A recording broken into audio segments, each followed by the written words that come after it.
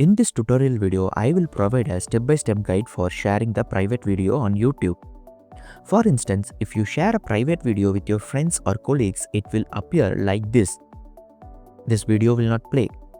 To avoid that situation and still keep the video in private mode, follow the steps that I am going to cover.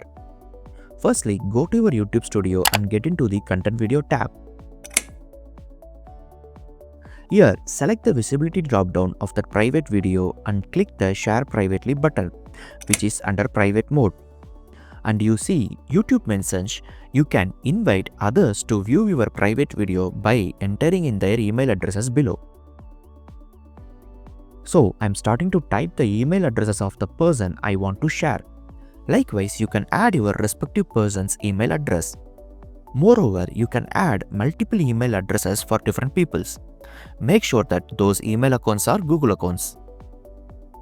Then click the Notify via email checkbox and click the Done button.